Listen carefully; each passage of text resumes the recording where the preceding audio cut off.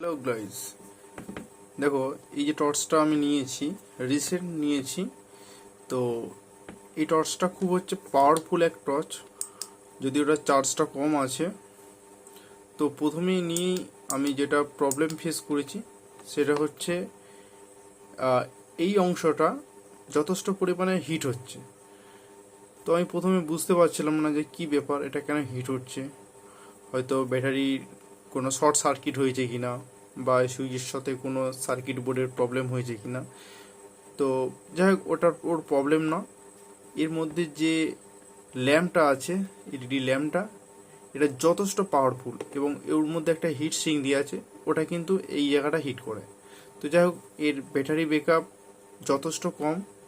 তো আমি এটা যেটা নিয়েছি, তো এই ব্যাটারিটা আমি চেঞ্জ করব, ঠিক আছে।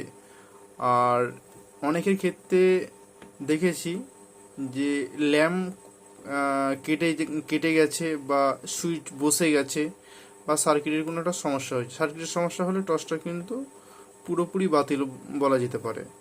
করা যাবে, রিপ্লেসমেন্ট করা যাবে সার্কিট দিয়ে। তো এটার মেন যেটা প্রবলেম সেটা হচ্ছে ব্যাটারিটা হচ্ছে এর মেন প্রবলেম। তো যাই হোক, এই ব্যাটারিটা আমি রিপ্লেসমেন্ট করব, যদিও আজকে করব না।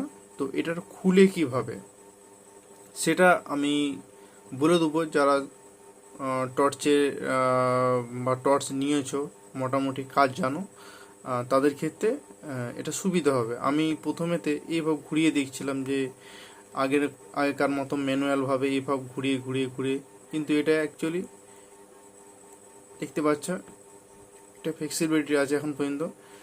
তো এটা খোলাটা ঠিক ওইভাবে না, এটা খোলাটা ঠিক পিছন দিক থেকে, এই জায়গা থেকে, এই জায়গা থেকে এইভাবে চাকু দিয়ে এইভাবে করে তুললে কিন্তু খুলে যাবে, ঠিক আছে। এই দেখো, এইভাবে তুললে কিন্তু খুলে যাবে। ভুল প্রসেসে খুললে টর্চটা কিন্তু নষ্ট হয়ে যাবে। এইভাবে করে খুলতে হবে, স্ক্রুড্রাইভার দিয়ে বা চাকু দিয়ে, ঠিক আছে। তো এইভাবে আমি এটা খুলে নিলাম।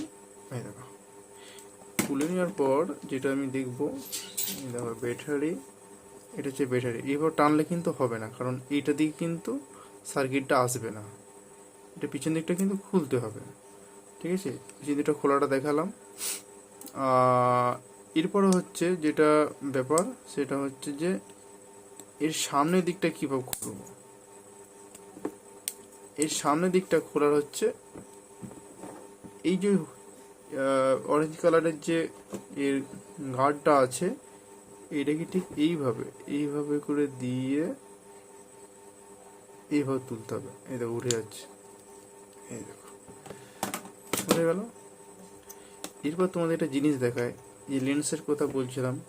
দেখো লেন্সটা কত মোটা, ঠিক আছে। এই লেন্সটা কিন্তু ফোকাসটা অনেক লংয়ে কিন্তু এ ট্রান্সফার করে লাইটটাকে, বুঝতে পারছো। আর এটা আমি যদিও একবার খুলেছি, আর দ্বিতীয়বার খুলবো না। যদি কারোর সমস্যা হয়ে থাকে আমি প্রবলেমটা বলে দিচ্ছি, খোলার ইয়েটা বলে দিচ্ছি, যে এই যে সাইডে এই যে খাঁজগুলো আছে, এটাকে এইভাবে করে এই দিকে এইভাবে করে টানলেই কিন্তু আরামসে এটা খুলে যাবে।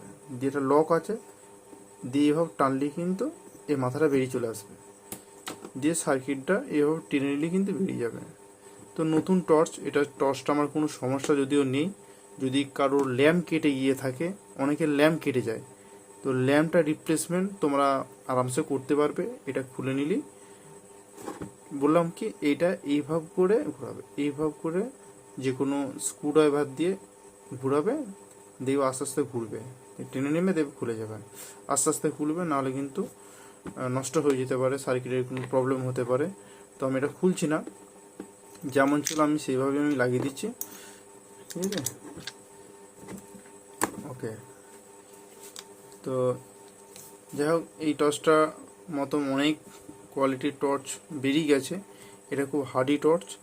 আর এটার ব্যাটারি ব্যাকআপ যদি ভালো হয়, ঠিকঠাক চার্জ থাকে, এটা কন্টিনিউ ব্যবহার করার জন্য নয়, এটা আর্জেন্ট ব্যবহার করা, মানে হয়তো কারো গলার কাঁটা আটকে গেল, বা কোনো হঠাৎ করে কোনো কিছু মানে দূরের জিনিসকে আমাকে দেখতে হবে, হঠাৎ করে 5 মিনিট 10 মিনিটের জন্য এই টর্চটা আমরা ইউজ করতে পারি। ঠিক আছে, আগের যে মানে এখন অনেক টর্চ বেরিয়ে গেছে, ছোট ছোট টর্চ বেরিয়ে গেছে, তো ওই টর্চগুলো যেমন ব্যাটারি ব্যাকআপ অনেক বেশি, এটা ব্যাটারি ব্যাকআপ এতটা না, কারণ এর যে ল্যাম্পটা আছে ল্যাম্প কোয়ালিটিটা কিন্তু যথেষ্ট, মানে ল্যাম্পটা খুব ভালো ল্যাম্প। ঠিক আছে, এরকম হাজারো টর্চ আছে।